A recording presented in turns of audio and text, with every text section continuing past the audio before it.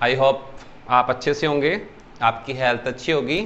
तो चलो हम टॉपिक पे आते हैं। तो आज हमारा जो लेसन है थर्ड है और बुक का नाम है विस्तास। जो विस्तास बुक है उसका पहला लेसन जो था वो टाइगर किंग है, और जो सेकंड लेसन है उसके बाद जो थर्ड लेसन आ रहा है वो लेसन हम आज करने जाए। सेकंड लेसन जो है आपको बाद में करवाया जाएगा, ठीक है। जो थर्ड लेसन है जिसका नाम यहां पर आपको दिखाई दे रहा है, लेसन का नाम क्या है? दी एनिमी। एनिमी का मीन होता है दुश्मन, फो, दुश्मन। और ये लिखा गया है किसके द्वारा? पर्ल्स एस बक के द्वारा। किसके द्वारा लिखा गया? पर्ल्स एस बक के द्वारा ये लिखा गया है। अब इस लेसन की समरी बताने से पहले मैं आपको इसके कीवर्ड्स बता देता हूं। इसके जो कीवर्ड्स हैं वो क्या हैं, जो कि आपको ऐसे टाइप क्वेश्चन के अंदर इनकी बार बार आपको जरूरत पड़ती रहेगी, ठीक है। देखिए पहला वर्ड हमारे पास सामने आ रहा है कोस्ट। तो कोस्ट का मीनिंग यहां पर क्या हो जाएगा? शोर, मतलब किनारा। यानी ये जो समुद्र तट है उसका किनारे को हम क्या बोलते हैं? कोस्ट। उसके बाद आता है रेंडर। तो रेंडर का मीनिंग क्या होता है? मेक, यानी किसी चीज का बनना या बनाना। फिर आता है थर्ड वर्ड ट्रूप्स। ट्रूप्स क्या होते हैं? एक टुकड़ी को बोलते हैं। जो सोल्जर होते हैं उनकी टुकड़ी को क्या बोलते हैं? ट्रूप्स बोलते हैं। ये जो ऐसे वर्ड हैं जो लगभग हर क्वेश्चन के अंदर आएंगे ही आएंगे इस लेसन के अंदर। नेक्स्ट हमारे पास आता है टॉर्चर। तो टॉर्चर का अर्थ होता है सफरिंग, यानी किसी को बहुत ज्यादा टॉर्चर करना, दुख देना, परेशान करना, इरिटेट करना। फिर हमारे पास आ जाता है वार्मथ। वार्मथ का मतलब होता है हीट। क्या होता है? हीट, यानी कि बहुत ज्यादा गर्मी। फिर आता है फोग। फोग का मतलब होता है थिक मिस्ट, यानी कि धुंध, बहुत ज्यादा गहरी धुंध जिसके अंदर हम अपने आप को भी ना देख पाए, वो होती है फॉग। उसके बाद होता है क्रॉलिंग। तो क्रॉलिंग का मीनिंग क्या होता है? Walking on knees.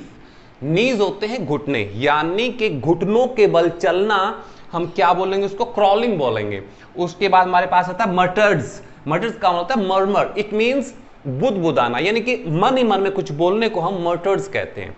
In words को आपने अच्छे से रिमाइंड कर लेना। कोशिश ये किया करो कि जब आप इंग्लिश के वर्ड्स याद करें तो उनको हिंदी के अंदर मत याद करें, इंग्लिश टू इंग्लिश करें। इससे आपको क्या बेनिफिट होगा? इससे आपकी जो वर्ड वोकैब है वो और भी ज्यादा अच्छी हो जाएगी। चलो हम अब स्टोरी के ऊपर आते हैं। तो इस स्टोरी के अंदर सारी जो कहानी है वो डॉक्टर, जो एक डॉक्टर है उसके ऊपर रिलेटेड है। डॉक्टर जिसका नाम है डॉक्टर सदाव। क्या है? डॉक्टर सदाव की ये कहानी है। ये कहानी उस समय की है जब सेकेंड वर्ल्ड वार चल रहा था।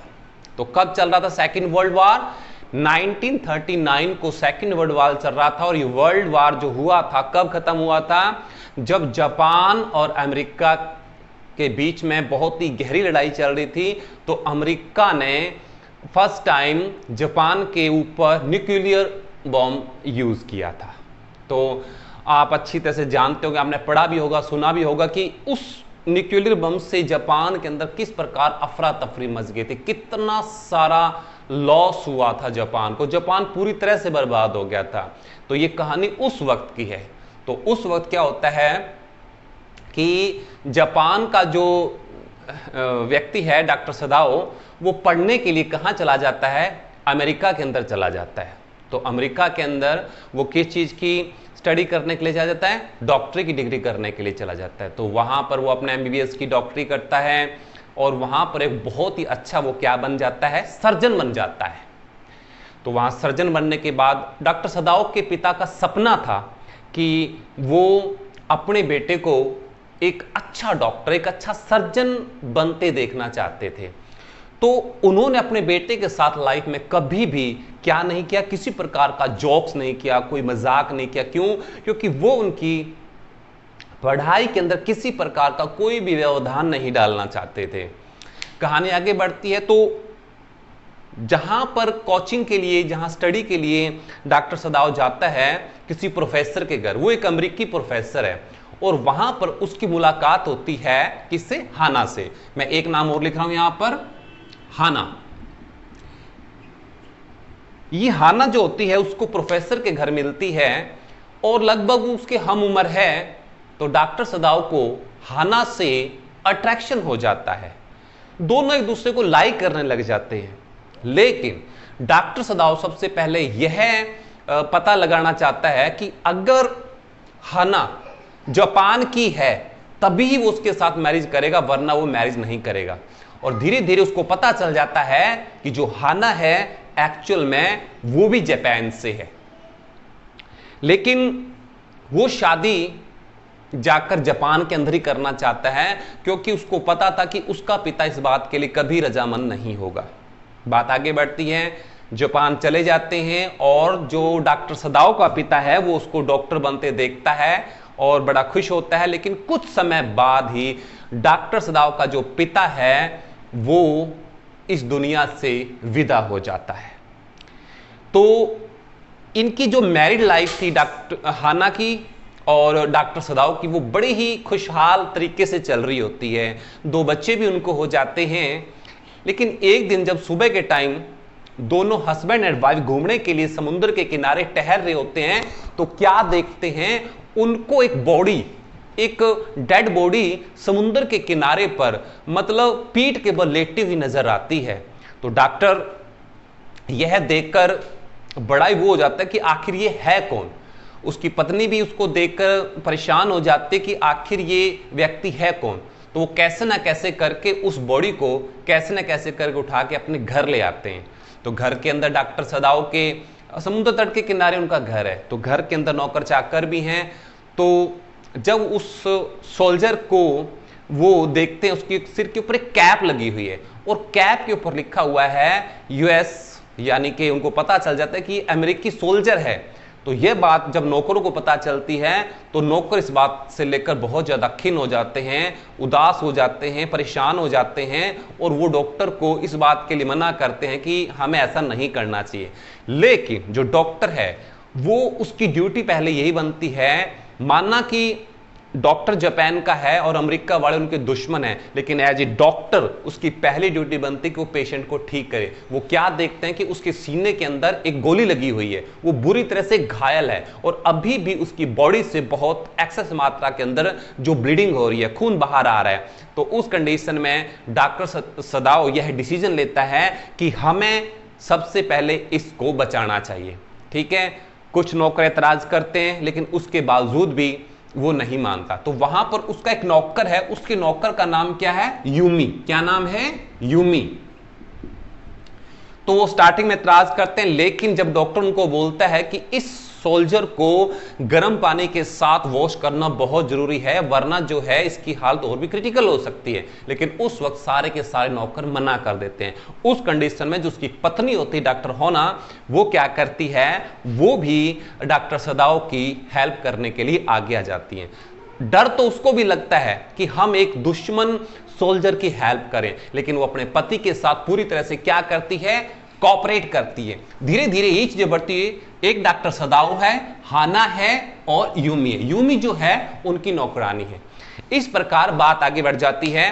धीरे धीरे करके एक एक करके सारे के सारे जो नौकर होते हैं उनके घर को छोड़कर चले जाते हैं, लेकिन डॉक्टर सदाओ अपनी ड्यूटी पर पूरी तरह से कायम है और वो सोल्जर को ठीक करने का पूरी तरह से अपने अंदर ही अंदर प्रॉमिस कर लेता है।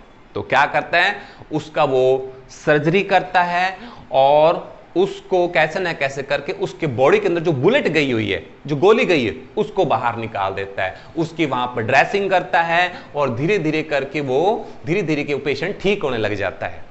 तो क्या होता है कि वहां पर कुछ समय बाद एक जनरल, जो आर्मी का ऑफिसर था, एक जनरल था, वो वहां पर डॉक्टर सदाओ से अपना इलाज करवाने के लिए आता है और उसको पता चल जाता है कि यहां पर डॉक्टर सदाओ के पास एक अमेरिकी सोल्जर आ रखा है।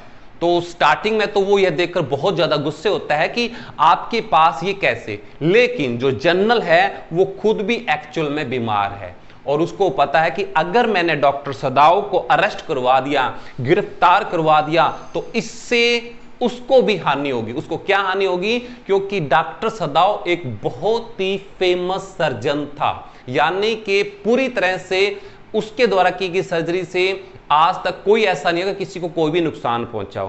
तो डॉक्टर जो जनरल जो है वो किसी प्रकार का रिस्क नहीं लेना चाहता था, तो वो डॉक्टर को आदेश देता है कि आप ऐसे करो, कैसे ना कैसे करके रात के टाइम हम यहां पर कुछ आर्मी के सोल्जर भेजेंगे और आप रात के समय या इसका आप मतलब कि आप इसको जान से मार दीजिए।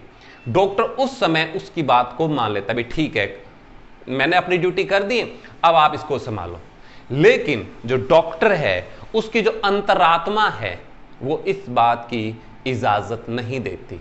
तो वो क्या करता है, उसको पता है कि सुबह जो है जनरल आने वाला है, तो वो रात को ही क्या करता है, उस सिपाही को, जो वो यूएस का सिपाही था, उसको वहां ओपन करता है, खड़ा करता है और बोलता है कि आप जाइए अपने घर के अंदर। उसके लिए वो एक नाव का प्रबंध करता है, खाने का प्रबंध करता है, पीने का प्रबंध करता है, कपड़ों का प्रबंध करता है, यहां तक कि उसकी नाव के अंदर एक लाइट टॉर्च रोशनी का प्रबंध भी करता है। और उसको यह बात भी बोलता है कि जो मैंने तेरे लिए खाने का प्रबंध किया है, अगर वो खाना किसी वजह से खत्म हो जाता है तो तू 2 जो लाइटें हैं ऑन करके मेरे को बता दियो, मैं तेरे को बीच रास्ते के अंदर भी प्रबंध कर दूंगा और तू यहां से चला जा। और जब वो जा रहा होता है तो जो पेशेंट होता है, जो स्टार्टिंग में ठीक होने के बाद डर रहा होता है कि अब मेरे साथ ये क्या करेंगे, वो गर्मजोशी के साथ उस डॉक्टर के साथ हैंडशेक करता है, उसको गले लगाता है। उसकी आंखों के अंदर आंसू आ जाते हैं कि किस प्रकार एक दुश्मन देश डॉक्टर ने उसकी जान बचाई। तो इस प्रकार से कुछ समय के बाद डॉक्टर की आंखों से वो जो पेशेंट होता है वो क्या हो जाता है, ओझल हो जाता है, यानी कि वो अपने रास्ते पर अपने घर सकुशल पहुंच जाता है। अब जो कहानी का जो मॉरल है, जो थीम है, वो ये है कि किस प्रकार एक डॉक्टर जो है, क्या हम डॉक्टर को देशद्रोही कह सकते हैं, क्या हम डॉक्टर को एक पूरी तरह से देश के खिलाफ चलने वाला बोल सकते हैं। यही इस लेसन का कंक्लूजन है। और अगर हम सही देखें तो डॉक्टर की सबसे पहले ड्यूटी होती है कि वो ये ना देखे कि उसके सामने कोई दुश्मन है या कौन है। उसकी पहली फॉर्मेलिटी क्या होनी चाहिए कि वो अपने पेशेंट को सिर्फ पेशेंट ही समझे और उसका पहले इलाज करे। और इस प्रकार से डॉक्टर सदाव के किए गए कार्यों को उसने अपनी जान की परवाह ना करते हुए जिस प्रकार उस सैनिक की जान बचाई, वास्तव में उसकी वजह से जो डॉक्टर सदाव है वो हमारी नजरों में एक बहुत ही दिलेर और ब्रेव, एक बहादुर व्यक्ति है। और आई होप कि आपको स्टोरी समझ में आ गई। फिर भी अगर आपको कोई प्रॉब्लम आए तो आप कमेंट बॉक्स में लिखकर या मैसेज में या शेयर कर किसी भी जरिए आप कोई क्वेश्चन अपने पुट कर सकते हैं। आपने कल क्वेश्चन क्या पुट करना है, right a character sketch of doctor सदाव। आपको डॉक्टर सदाव का कैरेक्टर स्केच लिखना है अपने वर्ड्स के अंदर कि वो सिंपल डॉक्टर था और जापान के अंदर रहता था, उसके पिता का सपना था, उसने उसको पढ़ने के लिए अमेरिका भेजा ताकि वो एक बहुत बड़ा सर्जन बन जाए। वो बना भी, उसने अपने स्टडी के अंदर किसी भी चीज को बीच में उसने अपने पिता का सपना भी पूरा करके दिखाया। इस प्रकार हम कह सकते हैं डॉक्टर सदाव के लिए जो डॉक्टरी थी वास्तव में उसका एम था और उसने अपने पेशे के साथ पूरी तरह से खरा उतर के दिखाया। और आज हम ये जो लेसन है आई होप कि आपको समझ में आ गई, यही एंडिंग कर रहे हैं। और कल हम इसके आपको इंपॉर्टेंट क्वेश्चनों के बारे में बताएंगे और आप उनको राइट डाउन करेंगे। Okay, thank you.